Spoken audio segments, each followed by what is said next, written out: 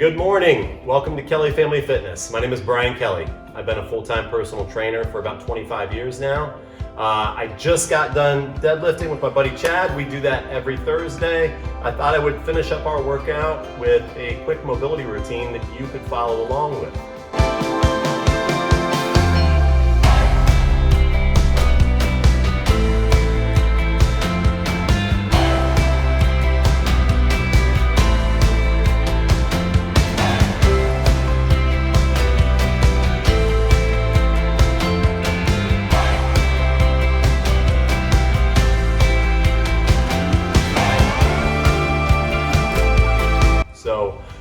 These are movements that will get you into a stretch. I generally think of static stretching as kind of sitting down and working like one muscle group at a time in a stretch position where you hold it and just breathe, and that's fine.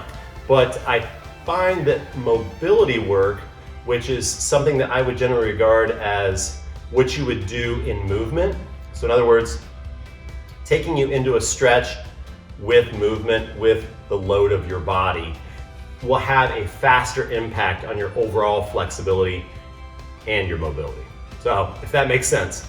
I'm gonna start you off. We're gonna go top to bottom. I'll make it short and sweet. It's only gonna take 10-15 minutes. Okay, so starting off, we're just gonna do 10 really big shoulder rolls in each direction. As I do these, I'm trying to keep my arms pretty straight. I'm trying to allow my arms to go in front and behind me on each rep.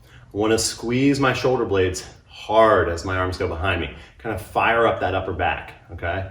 And as I do it, I'm trying to imagine like opening up through my chest. So we're gonna go 10 clockwise and 10 counterclockwise, starting now. 4, 5, 6, 7, 8, 9, 10. Now we're gonna go the other way and a little bit bigger. 1, 2, 3, 4. You can breathe into these. Inhale as your arms go up overhead. Slowly exhale. Oh, this feels so good. From there, we're going to go to an alternating scratch. This scratch is basically taking one hand behind the head, one behind the lower back with the palm facing out. Arms are going to go out to the side and then switch positions. The scratch stretch happens here with the fingers reaching up for the opposite side shoulder blade. I'm gonna do mine prone. I think it's a bigger stretch, a little bit harder, a little more shoulder activation. If you struggle, you can come back to this knee position and literally just do it from here and get a lot of the same benefits. So I'm gonna go 10 each arm.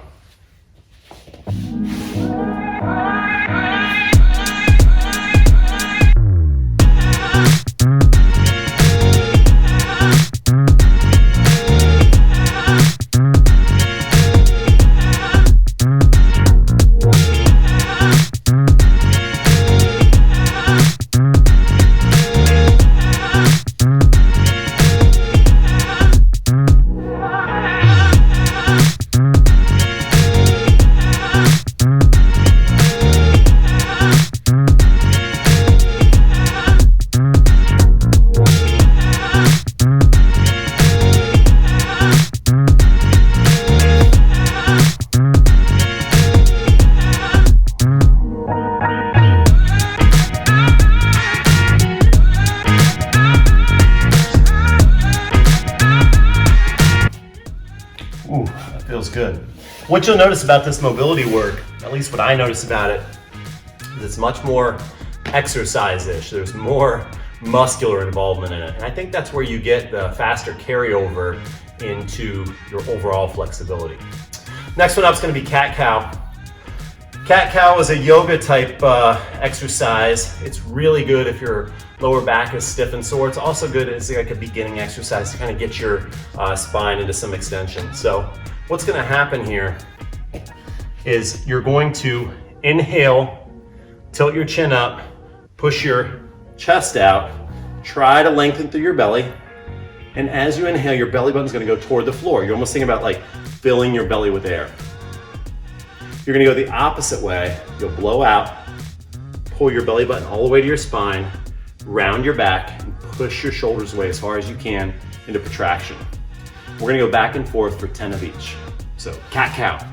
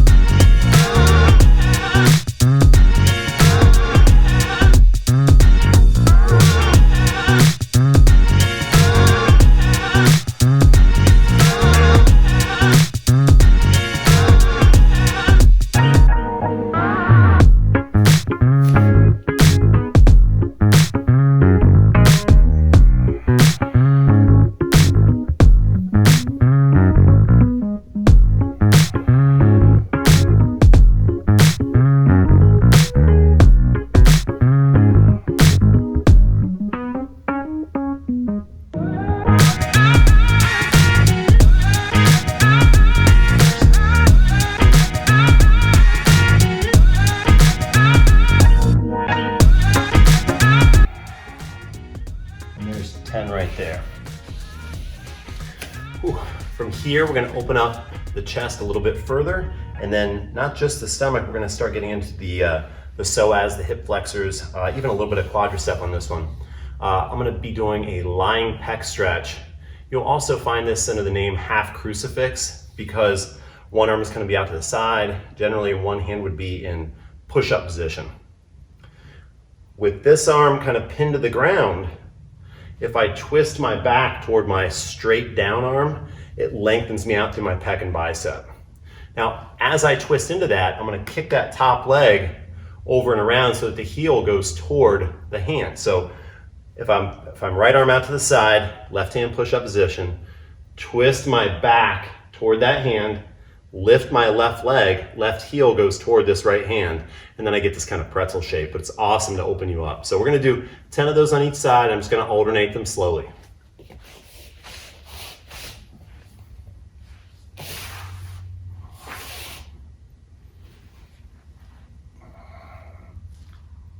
I will say, the height of the arm really determines this stretch. If your arm is down a little bit, it allows it to kind of internally rotate. If I bring it up a little bit higher, it's a bigger stretch of my bicep and pec. So if you're not feeling this, adjust the height of the arm.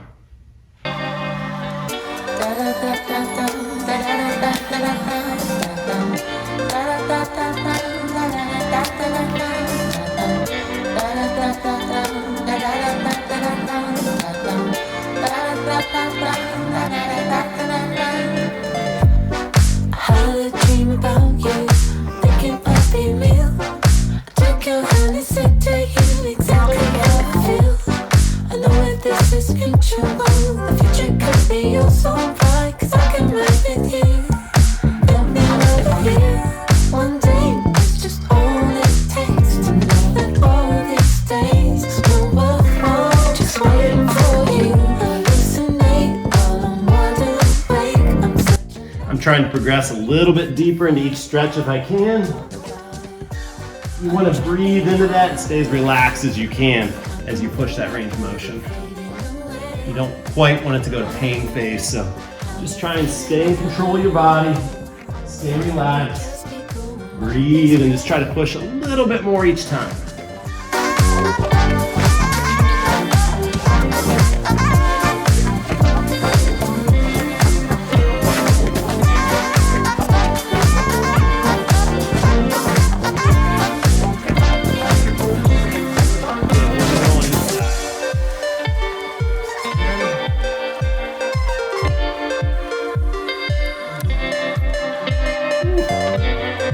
Okay, next one up is gonna be up dog, down dog.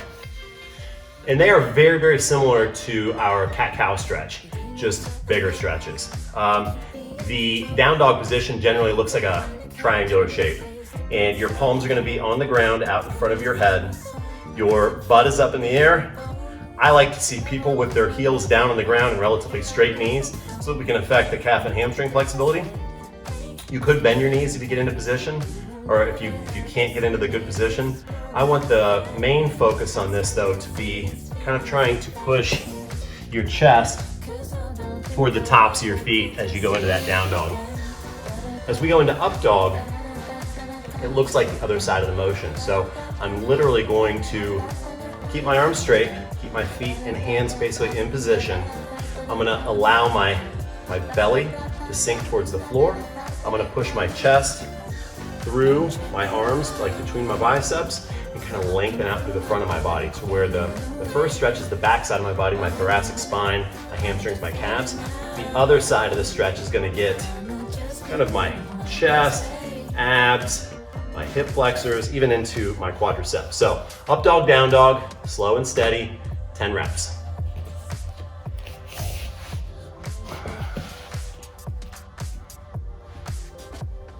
Ooh, that sugar sweet, you got what I need. Sipping on the potion, all that good emotion, just my kind of heat. Keep it on repeat, tested by the potion, loving this devotion. Live it up, sweet emotion. Every time, every night, you and I on a roll. Switch it up, switch it up, switch it up where I'm going.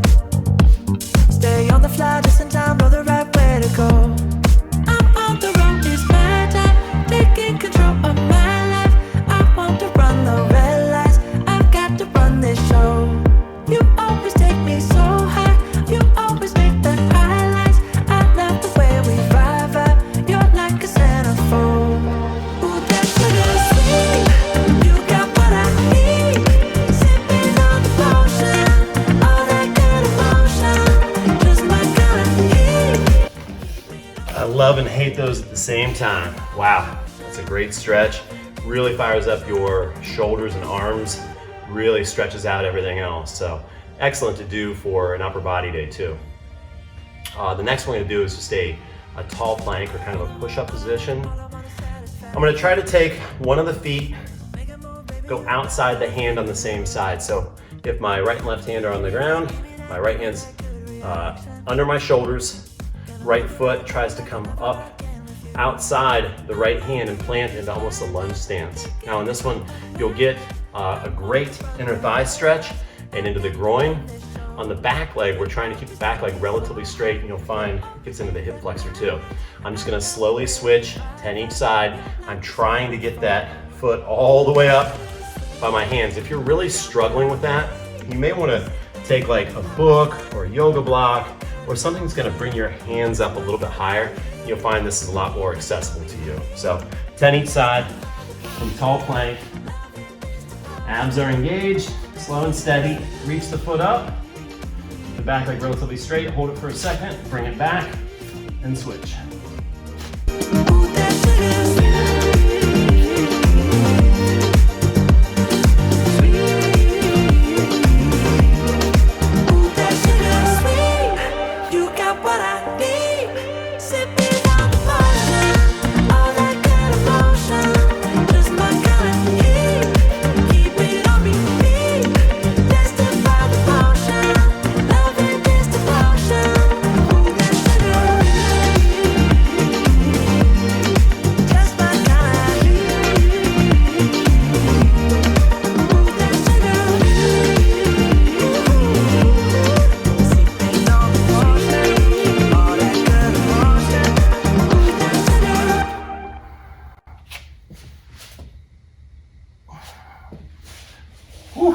Love it. Now you'll notice pretty quickly that I am not a yoga instructor, and I'm not trying to be. I'm a normal guy. I'm 46 years old.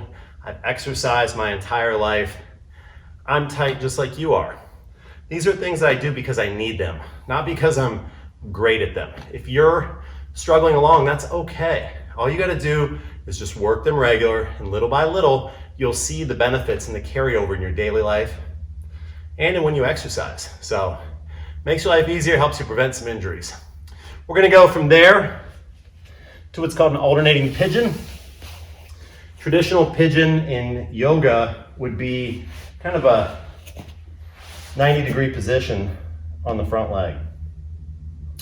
Generally, if your shoulders are going this way, your shin is kind of running parallel to your shoulders. So kind of this position. The back leg is generally straight, almost like as if it was in a front splits. Most people can't do this. I sure can't. A lot of people that think they do it don't do it right, because what they end up doing is they close this front knee a ton to get the back leg straight, and that's not the actual stretch. On this one, we're going to prioritize stretching our glutes, our hips, our outer hips. So out of tall plank position, I'll bring the back leg up. I'm gonna try to open the knee to 90 and set that shin down so that it's running parallel to my shoulders. That 90-degree angle is really gonna get into the stretch on the outer part of your hip. We're gonna do 10 each side. So from this tall plank, lay it across, drop in for a second, out of it, other side.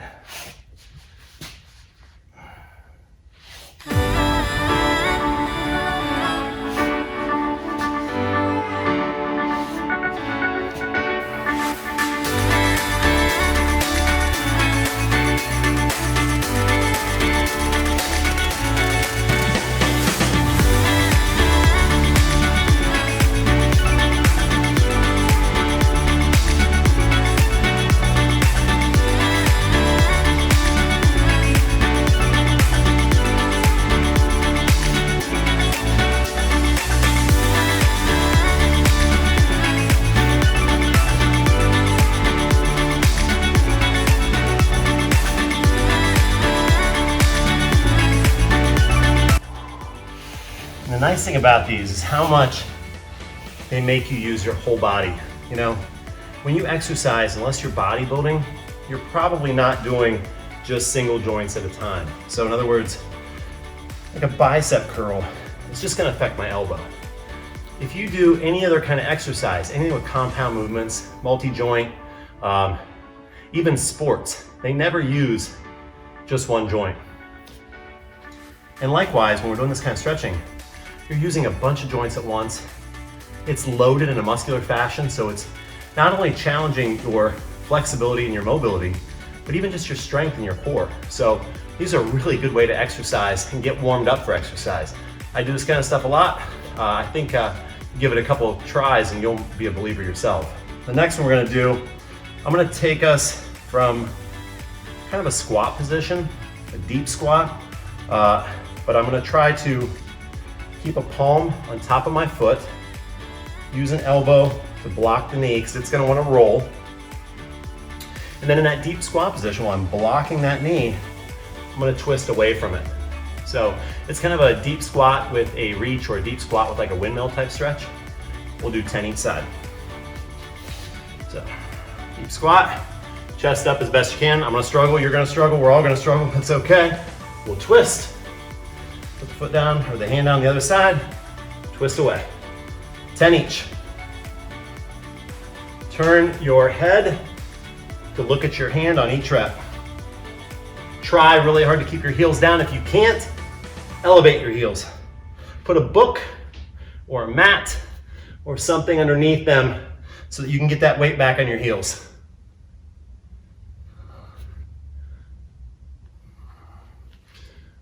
And that's about halfway. We're gonna do 5 more.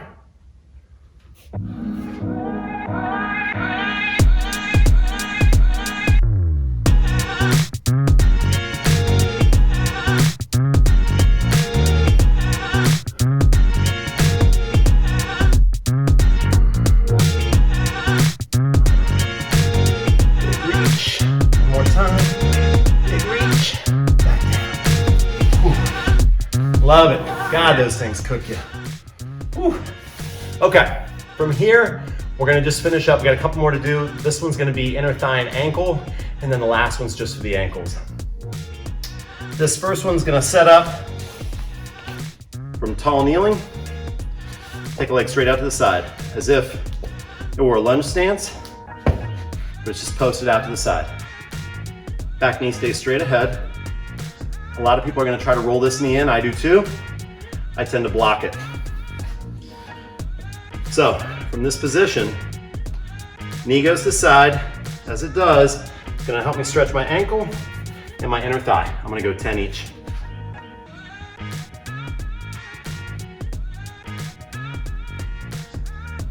I will say, if you're getting a ton of motion, bring your foot out farther. If you're way out here and you're not getting anywhere, bring your foot back a little bit.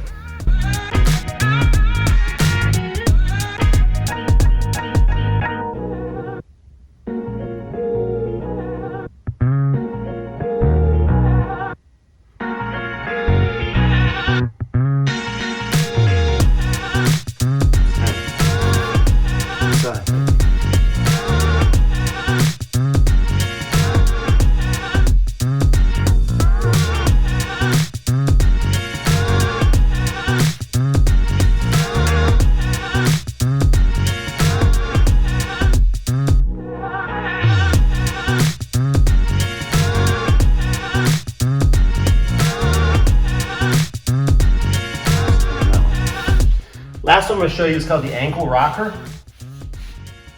And it starts with this toes curled down position, which will help actually stretch your big toe. A lot of people's big toes don't even move. That's horrible for your gait. So you really want to fix that before it becomes a bigger issue.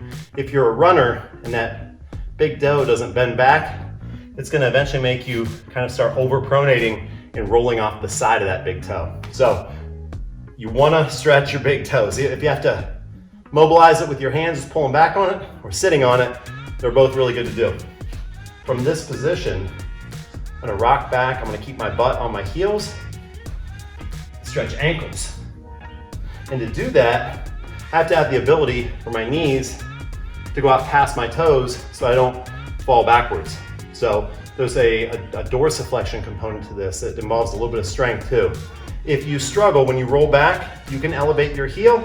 I would start off with something about 1 inch high and just put it right down on the ground behind you, right where the heels would land, so that when you roll back, you don't continue rolling onto your back. 10 reps.